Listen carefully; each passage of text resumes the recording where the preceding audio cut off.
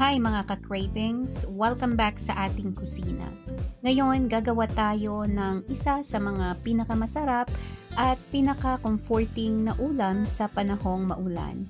Sinigang na ulo ng salmon. Let's get cooking!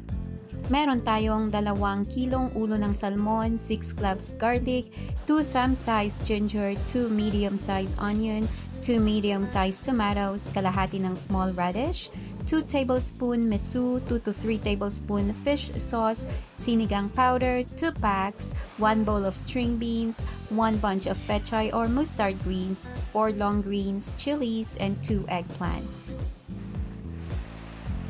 Una, bahagyang iprito ang mga ulo ng salmon para mas malasa, mabawasan ang lansa at hindi madaling madurog sa sabaw. Slightly fry lamang, mga 1 to 2 minutes bawat side. Hindi kailangan crispy, just enough para ma-seal ang flavor at mawala ang lansa. Yung slight frying ay para matanggal ang lansa, but if you don't like to use oil, ay ibabad nyo ito sa asin ng 10 to 15 minutes tapos banlawan bago lutuin. Igisa na natin ang sibuyas, bawang at luya. Medyo espesyal ang paggigisa ng mga aromatic sa mantika dahil pinapalabas nito ang aroma at lasa. Kaya mas mabango at malinamnam ang sabaw. Idagdag na rin igisa ang kamatis at hayaang medyo malapit ng ma-overcook para ma-blend ang sweetness niya sa ibang aromatics. Idagdag na rin ang 2 hanggang 3 kutsarang misong Pilipino at mas mainam na isabay igisa para mas lumabas ang kanyang alat at linamnam. Gagamit tayo ng 2 hanggang 3 kutsarang patis fish sauce para mas lumalim at mas umangat ang lasa ng sabaw. Igisa lang siya ng igisa sa low fire at kung naaamoy na yung blended flavor ay maglalagay na tayo ng water. Nearly 1.5 liters ang tubig na ginamit ko dito. Cover it with its lid and hayaan natin siyang kumulo ng todo. At kanya-kanya tayo ng timing kung kailan ilalagay ang pampaasim or yung sinigang mix. Pero para consistent ang taste and flavor ng sabaw, ilalagay natin siya before any vegetable or fish. Unahin na nating iluto ang kalahati ng isang maliit na radish dahil ito yung pinakamahirap na palambutin. In just a few minutes, idagdag na natin ang isang bowl ng string beans.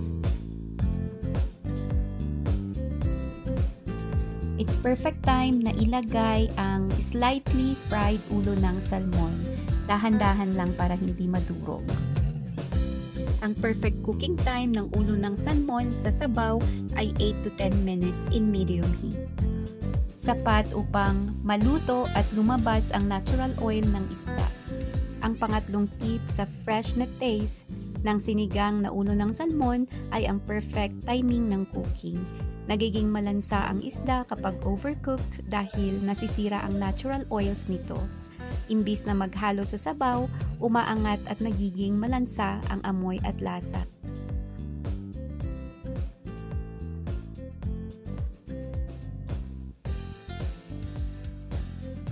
Sa 7th minute ng pagpapakulo ng salmon, ilagay na ang siling haba, yung siling pangsinigang, at kasunod nito ay ang slices ng talong.